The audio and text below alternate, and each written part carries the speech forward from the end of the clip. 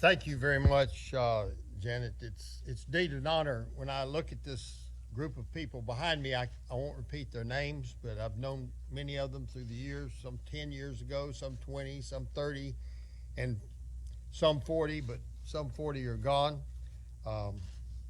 Many of them have lost their jobs, they've lost their positions, they've suffered imprisonment, jail time, they've been fined, they've suffered persecution, and some are gone, like Mrs. Shifley, who I dearly loved and respect her.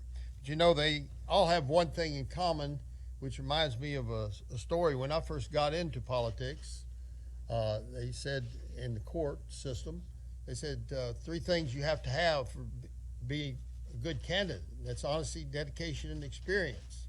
So I went to a seasoned old judge and told him that, and he said, Roy, he said, that's not really correct. He says, you don't need honesty, dedication, and experience. What you need to do is have eyeglasses. It shows people that you study a lot and read a lot. And I've come to where I have to have glasses when it's close range now. And he says the next thing is you have to have graying hair or thinning hair. Well, as you can see, mine's been going for a while. And he said you have to have that to show your age. You have to be studied and be of an age proper. And then he said, then you have to have one other thing. I said, what's that, Judge? He said, you have to have hemorrhoids. And I said, Judge, I don't understand that. I don't have hemorrhoids. He said, well, you have to have hemorrhoids. And I said, why? He said, well, it gives you a concerned look. I think the one thing that drives these people to come from places all across our country, from California and Texas and Ohio and Maryland and Pennsylvania, New York, Florida, Illinois, the one thing we have in common is a concern for our country and concern for our future. I want to thank every one of them individually. It's been a great honor. It's been a great encouragement to hear them. They know what they're talking about, I think. They know that this country faces rough times ahead if we don't go back to the one upon whom it is founded. I thank all of you who have come to support me in this campaign. I sincerely appreciate your support and look forward to serving the United States Senate. One thing I would like to see happen in our country is unity. I said I wanted to see unity. I never dreamed that I would succeed even before I got elected. But I have unified the Democrats and the Republicans in fighting against me because they don't want me there. As you know, the Washington Post has brought some scurrilous, false allegations, which I have emphatically denied time and time again. They're not only untrue, but they have no evidence to support them. 2 of the speakers up here said words that I caught. One said unsubstantiated, and another said unproven. Another said they were fake. All of that is true. And the Washington Post is certainly not evidence. What I want to do in this campaign is very simple, is get back to the issues which some are avoiding addressing.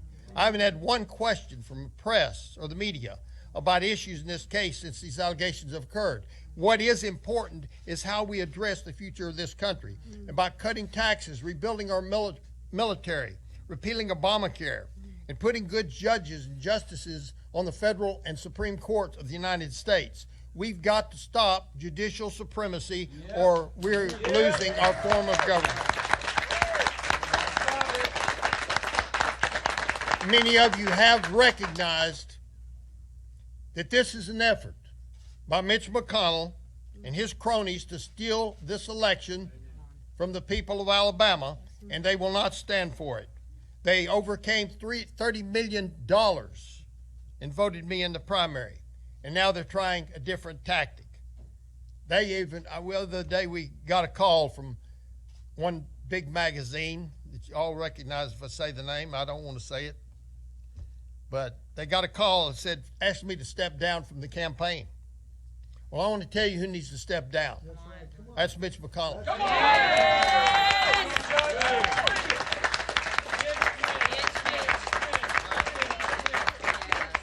There's been comments about me taking a stand. Yes, I have taken a stand in the past. I'll take a stand in the future, and I'll quit standing when they lay me in that box and put me in the ground. I'm proud to stand with people that I see behind me and with people of Alabama to bring forth the truth to Washington, D.C.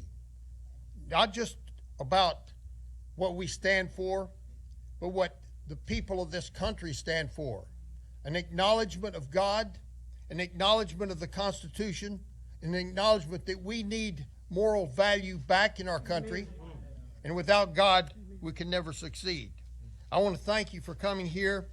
I want to close with just saying, may God bless you, bless the state of Alabama, and the United States of America. Thank you.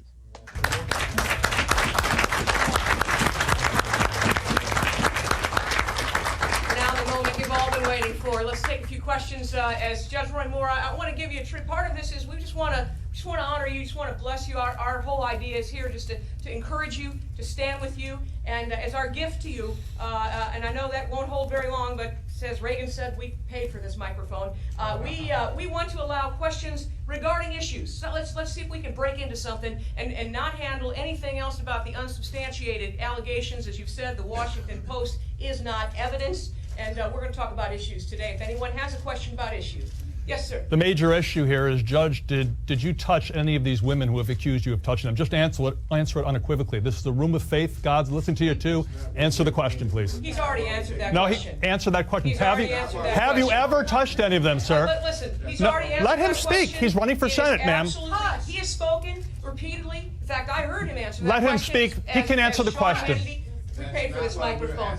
And what I want to say is he's answered that question repeatedly. He hasn't answered the question. And it was answered sufficiently, as was on Sean Hannity. Let's take a look. Sir, would you like to answer the question, yes or no? Next question, sir. Does Judge Roy Moore categorically deny he dated teenage high school girls when he was in his 30s? You read his letter, and it addresses that very clearly. Can he speak for himself, please? We have him say it. Judge, you're running for Senate. Speak, I please. paid for the microphone. I'm sorry. Judge, are your accusers lying? Yes, sir. Do you have a question about an issue? That's the issue right now. All right, well, we appreciate you staying and coming, and I'm glad you got more church than you probably had in the last 10 years. God bless you. Are you? Yeah, we're trying to. This is Steve Lookner with Right Side Broadcasting. We were just watching Roy Moore speak at a Faith Leaders news conference in Birmingham, Alabama, and it was kind of an odd ending there where the woman running the event, presiding over the event, said, okay, we want to, Judge Roy Moore in his remarks said we want to get back to the issues. And the woman running the event said, okay, we're going to take some questions. We want them to be on the issues. And I figured that they knew who was in the audience and that people were going to ask questions on issues, not the allegations. And the first two questions were just, I don't know if it was press or it sounded like press, but it could have been, just people attending the event. But they just started peppering her with questions about Roy Moore and the sexual misconduct allegations. And Roy Moore ended up just kind of walking out. I didn't know if Roy Moore was going to speak. He kind of ended up walking out. So it was kind of an odd ending. We'd love to hear what you thought about the ending of that press conference. Just want to make sure you can hear me here real quick. Take some questions. Yeah. So if you have any thoughts on that press conference, on what Roy Moore said, it wasn't really a press conference. It was more Roy Moore making a statement. It was supposed to be a press conference at the end on issues. That's what they said they wanted to take, questions on issues, not the sexual misconduct. But two repeated questions about the sexual misconduct issues led to Roy Moore leaving, and then the event ended. So what did you think about that? Write to me on Twitter at Lookner, at Lookner.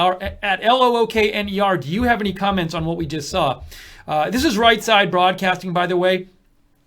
We are viewer supported, so if you like our coverage and you want to keep us on the air and see us do more news coverage, you can donate by going to the bottom of the YouTube chat and clicking on the $ at the bottom of the YouTube chat, or go to rsbn.tv/donate, rsbn.tv/donate. We're independent, we don't have an agenda here, and we want to bring you an alternative to the mainstream media.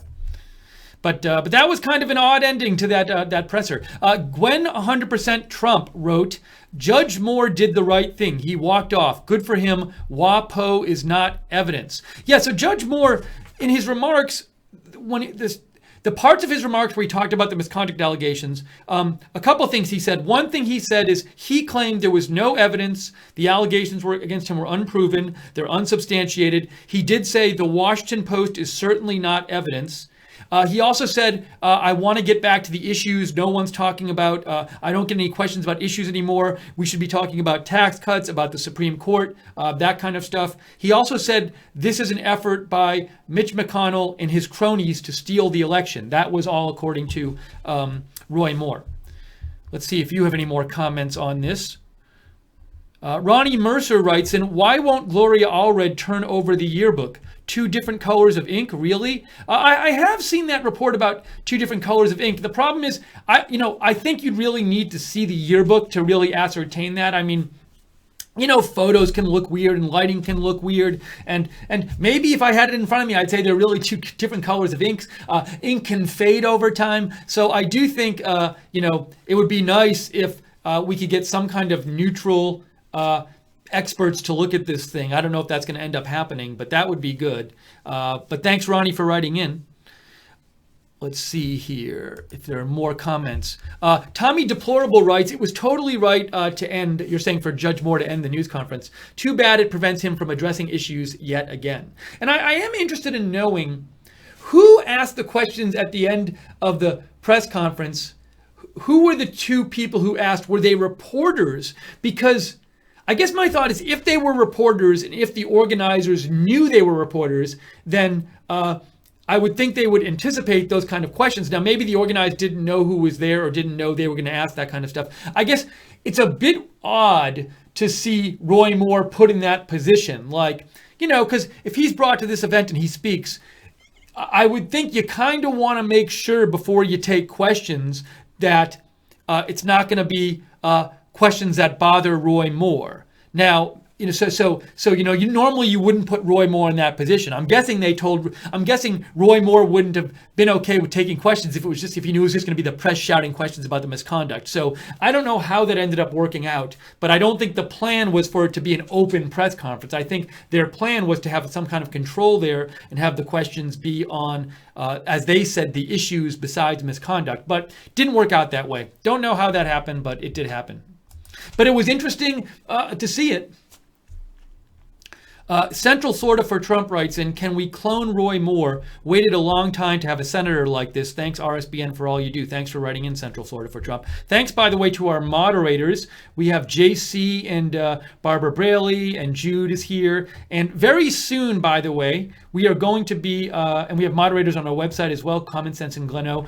Soon, when the White House press briefing happens, we're going to be covering that as well. And I'll stop when that starts. Oh, Sarah Sanders is coming on right now. So I'm going to stop right now. Sarah Sanders is doing the press briefing. Go check that out on Right Side Broadcasting. I will see you after the Sarah Sanders White House press briefing. Thanks for joining us. I'll see you after the press briefing on Right Side Broadcasting on another stream. See you in a bit.